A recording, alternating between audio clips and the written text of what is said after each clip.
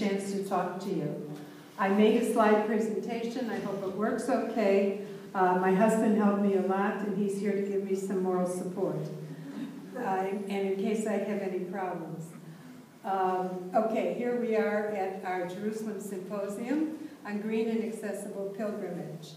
My organization is Trust-Emun. Emun is the Hebrew word for trust, and it's based on our philosophy taken from a beautiful book called Encountering Faith by Maria Horna. Dialogue can take place only on the basis of mutual trust. We felt that what's most lacking in our region is trust, so that's what we're doing.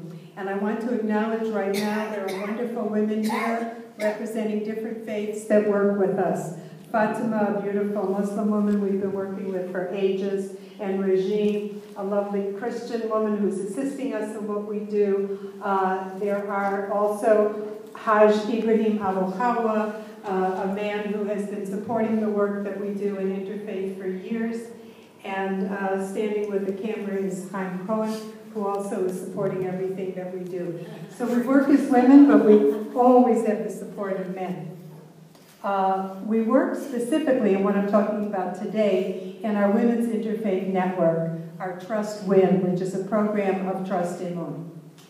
And I want to dedicate what we're doing today to Esther Golan, who was one of our founders, and who died just a couple weeks ago. And she was a Holocaust survivor. She was on the Kinder transport. She was a pioneer in Israel interfaith and a teacher and example of understanding the other. Here's Esther, who we all love deeply. She was 90 years old when she passed away. Here's a wonderful picture of her with 4 generations that she specifically liked.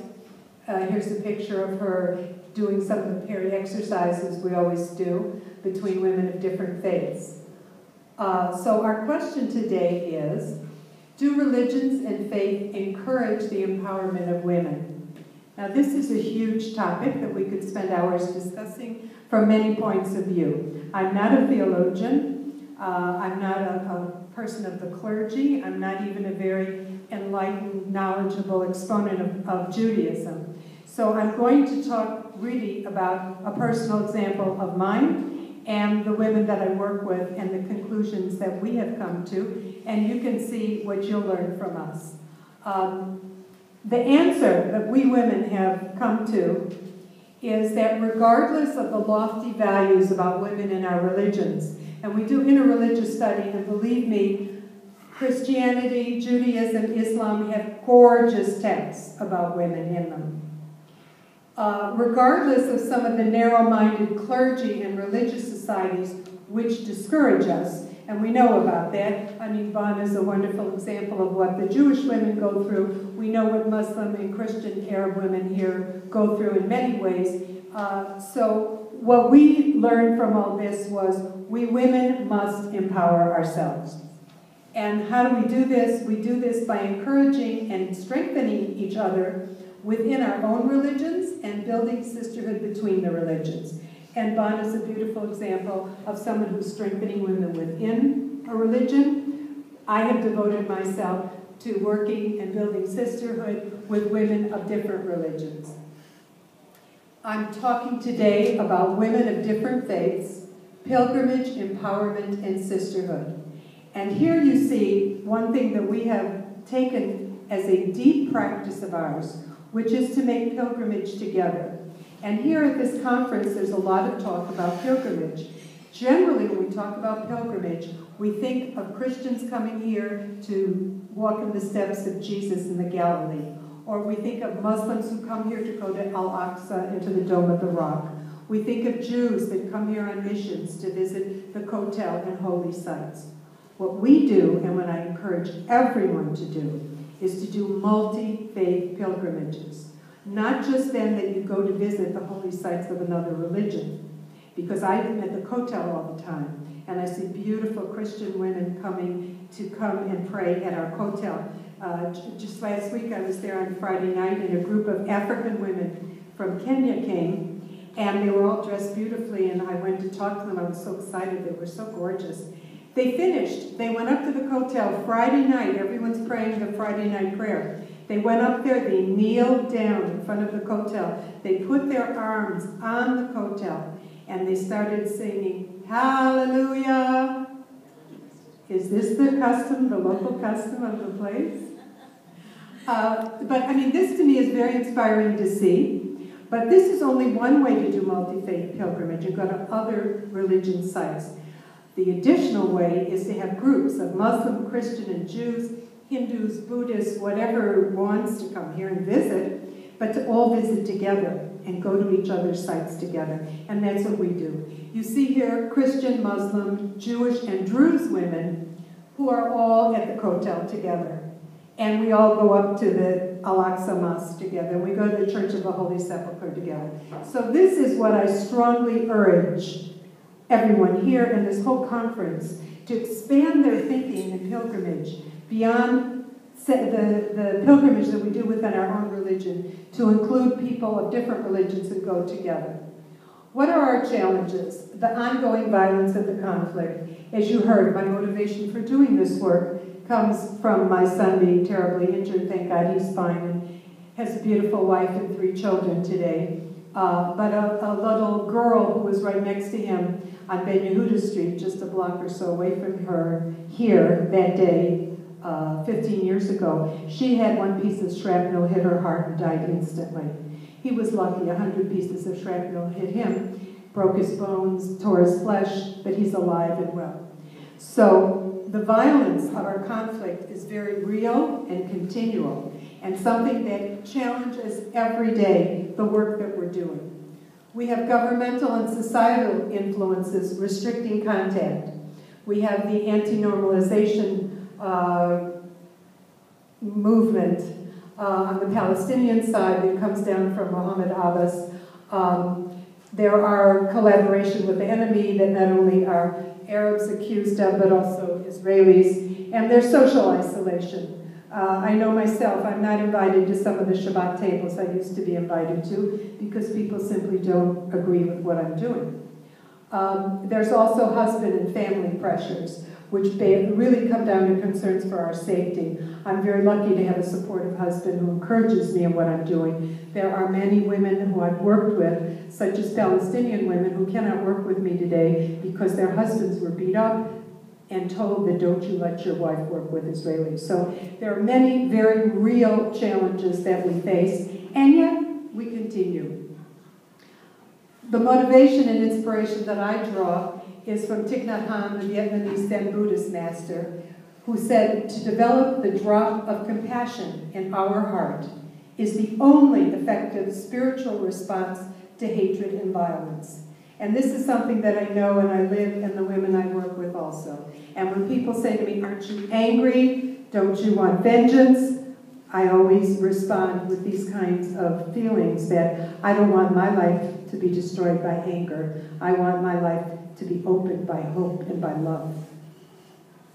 We base our work on the golden rule, basically do unto others what you want them to do unto you. I have it here from Christianity, Islam, and Judaism. I could have included Hinduism and many other religions.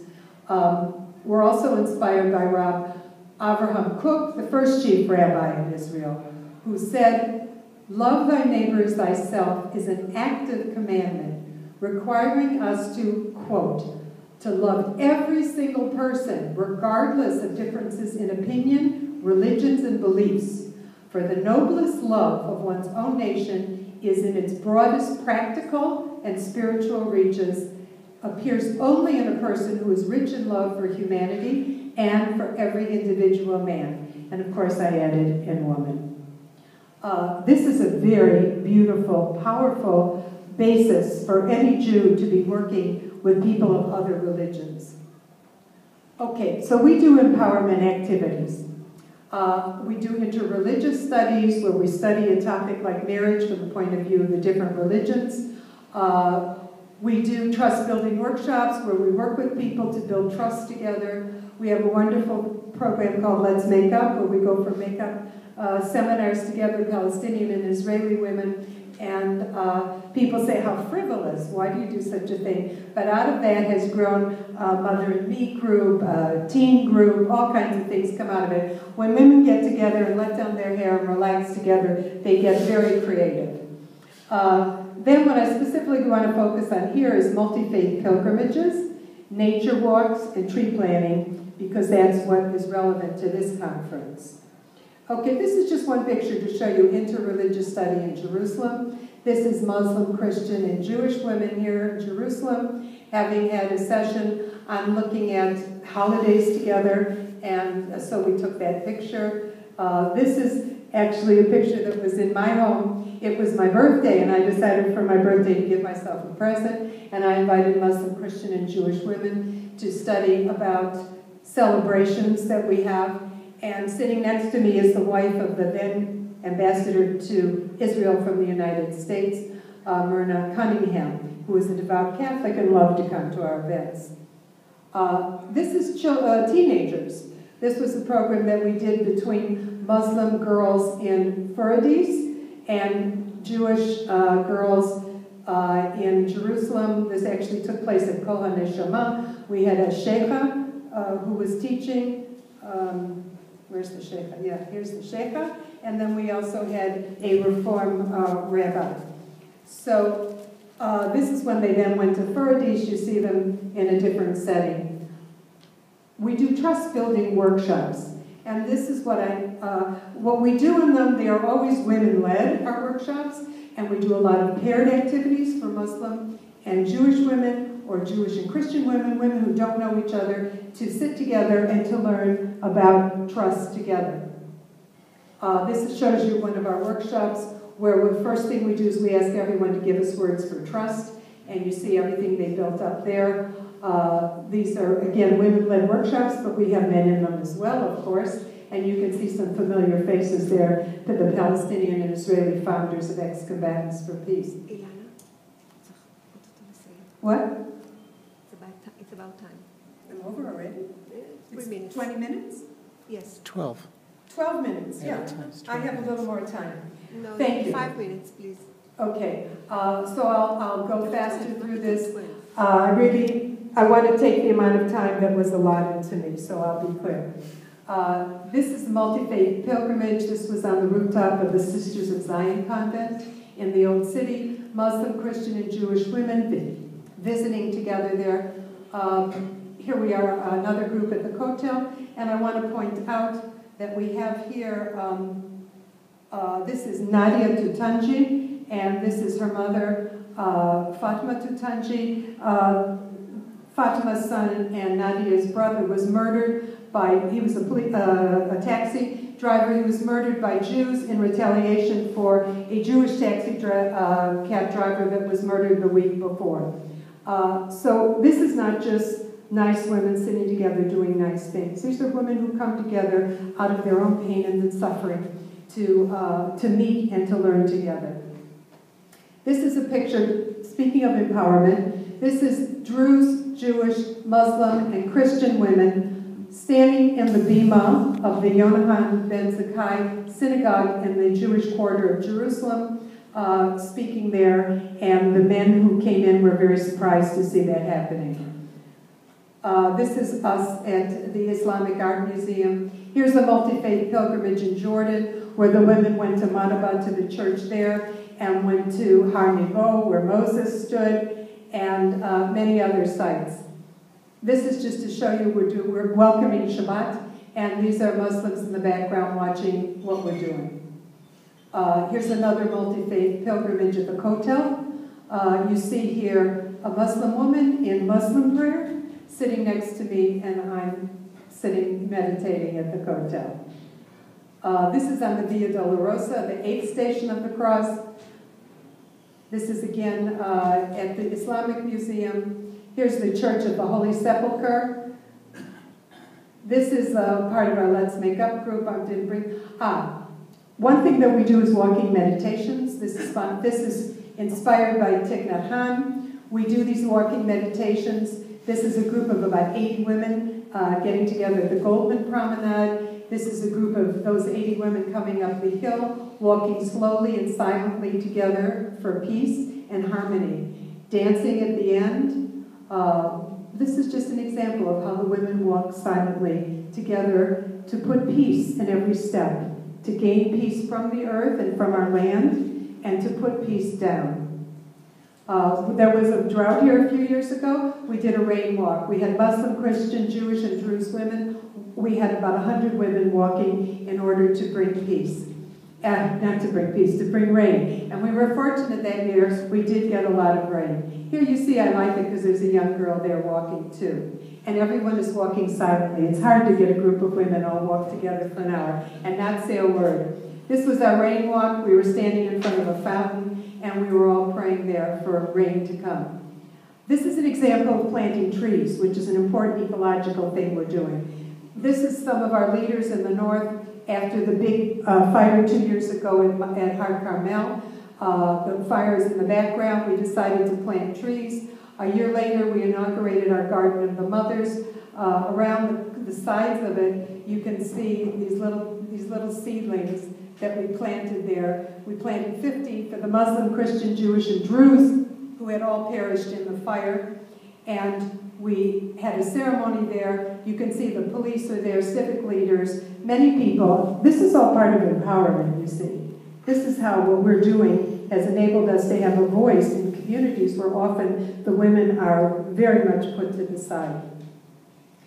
These are the main women who were involved in the initiation of this project. This was a year later. You can see how nice our little trees were growing. And this is part of that project. Last year on Tu B'Shvat, we brought, the women from Spot brought a fig tree which we planted in our Garden of the Mothers. And in 1 week I'm going up there to plant a tree in honor of my mother who died a month ago, and we're going to put a tree for her in the Garden of the Mothers. We planted trees on the Goldman Promenade thanks to Naomi Tzur. Naomi does a lot of amazing things. I told her we wanted to plant trees on the Goldman Promenade, Muslim, Christian, Jewish, and Druze women to honor Goldman when he died. She said fine. She helped me arrange it, and we planted that day 4 mature olive trees in the midst of all the pine trees there. And this is a year later. You see how nicely they're growing. I suggest to all of you to walk on the Goldman Promenade. It's gorgeous. And at the end, look at our beautiful trees there. This is another walk there. To show you, because Ibrahim's here, I wanted him to see our family of the Abrahamic reunion. You see here how women have been empowered in this family group that we have, that the women sit with the clergy, Muslim, Christian, Jewish, and Druze, and participate equally. Ibtisam Mahmoud and I were asked to do the opening blessings at a ceremony, and you see there the respect that is given to the women in the group. This I wanted to show because it shows Rav Froman, who was part of our Abrahamic reunion, who unfortunately passed away about a month ago, and who was a leader in the work between Palestinians and Israelis. My husband gave me this just to show you the wonderful things women are doing. There's a women's solar seminar coming up in Dubai where we can all come to learn about the important work for women in the renewable industry today. And I close with our future. This is a 2-year-old girl at one of our events. She's holding in one hand a Jewish woman, not her mother, and a Christian woman's hand, and behind her stands a Druze woman. And we try to bring our children, our babies to our events because this is our future. That's it. Thank you for listening.